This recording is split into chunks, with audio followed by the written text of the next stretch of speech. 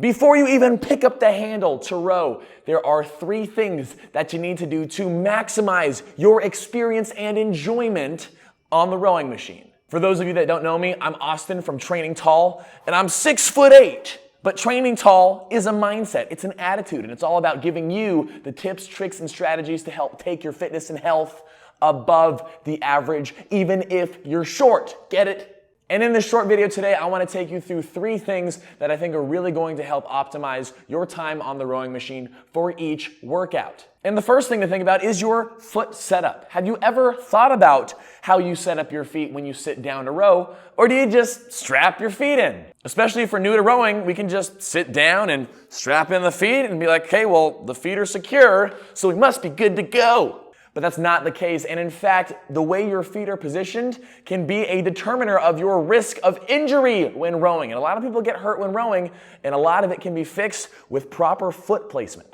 What we want to think about doing is getting our feet to sit low, essentially with the strap of the foot plate going across around the ball of your foot. We want to avoid having the strap go across the middle or lower part of our foot, because what that does is it sets our feet up higher in level with the seat, and this encourages bad posture, makes it a lot more challenging to get the optimal compression of the rowing stroke, and it can increase your risk of injury as you reach forward to the front end. And like your knees are in your face, they're in the way, so we need to set our feet lower.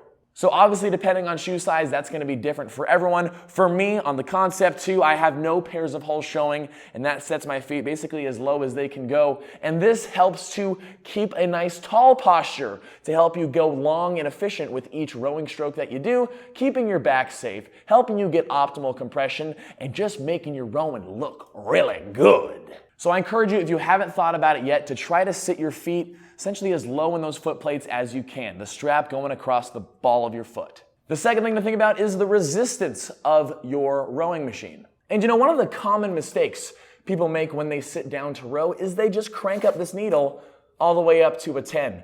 It's like this psychological thing of like more being more challenging, like as if it was like a weight stack in a weight room where you're doing a machine exercise or something, that more is heavier or something. Well, where technically, yes, cranking up the needle higher up on the fan or whatever rowing machine you're using, whether it's magnetic or air resistance, yes, it makes the rowing stroke more resistive.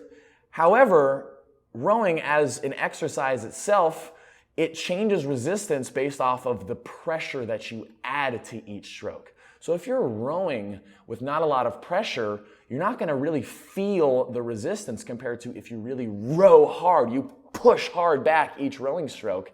That is what really changes the resistance. Now, with rowing being a primarily cardiovascular exercise, you know, where you're taking lots and lots of strokes, hundreds or thousands of strokes, we want to avoid maximum resistance like this, because if you're adding sufficient pressure to each rowing stroke with a really high resistance like this can really increase your chance of back injury. So as far as like where you should put this needle instead, typically for most people that do rowing, as far as like on a higher level, they typically row with a needle between 3, 4, or 5. This sort of simulates a resistance of water if you were in a small rowing boat on the water.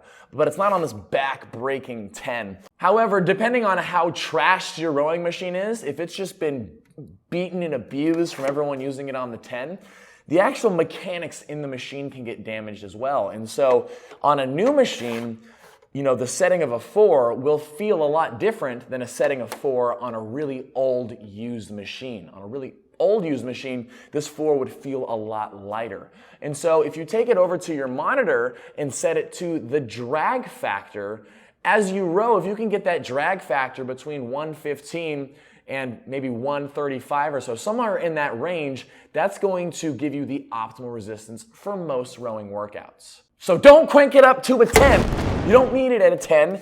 You need it somewhere in this area, somewhere here. And as long as you're adding sufficient, pressure with each rowing stroke, you're gonna feel it. You're gonna get sweaty, you're gonna be breathing, and you're gonna get some rowing gains. And the last thing to be aware of is your rowing monitor and the numbers that are shown on your rowing screen. Understanding the numbers on your monitor can help you understand your workouts better, understand your performance better, help you get the most out of the workout in the moment, but also help you to see the improvements over time, as long as you know what you're looking for.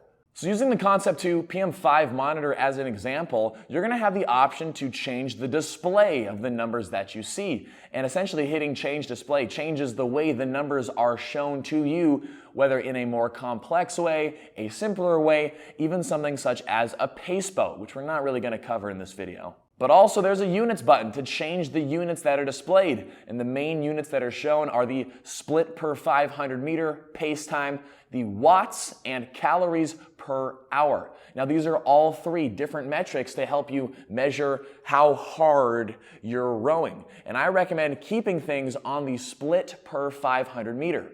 Now what that is essentially a pace timer. Think about if you were out on a run with a fitness watch and it's telling you your pace per mile in the moment.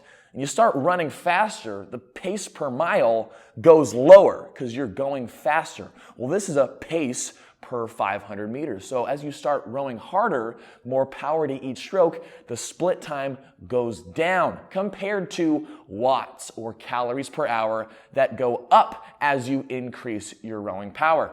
Now, the reason why to keep the split per 500 meter and why that's the most ideal is because it doesn't change as much as watts or calories per hour. So keep it on the split per 500 meter, and I recommend as a beginner, change the display to show you just the very basic box of timer on top, split per 500 meter below that, meters below that, and then strokes per minute in the bottom left. Now, if you're looking for a little bit more of an advanced display, you can change it to the sort of more numbers on the screen display, where the timer is shown in the top left, 2/3 of the top row. Your strokes per minute, that rate is in the top right. And then below that, you see your instantaneous split per 500 meter effort, the meters below that. And then below that is your average split per 500 meter, which wasn't shown on the previous screen, which is basically showing you the total average of all the splits that you've pulled each stroke.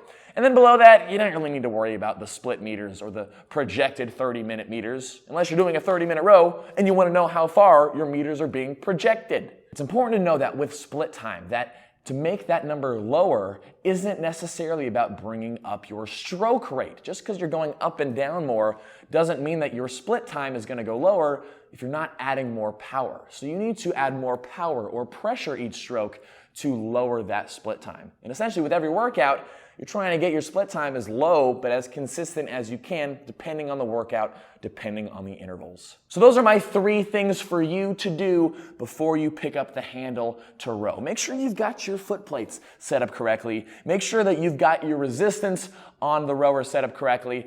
And then make sure that you are well aware of the numbers that are shown on your rowing monitor. If you can optimize those 3 things, you're going to get a heck of a lot more out of every rowing workout. If you're looking for follow-along rowing workouts with me or online training, personal training, you and me, check out my new online platform, HIIT Plus, as well as my rowing eBooks. They're all in the description box down below. Let me know what you guys want to see in a future video. Thank you so much for watching. Be sure to subscribe for more fitness content, and I'll see you guys in the next video.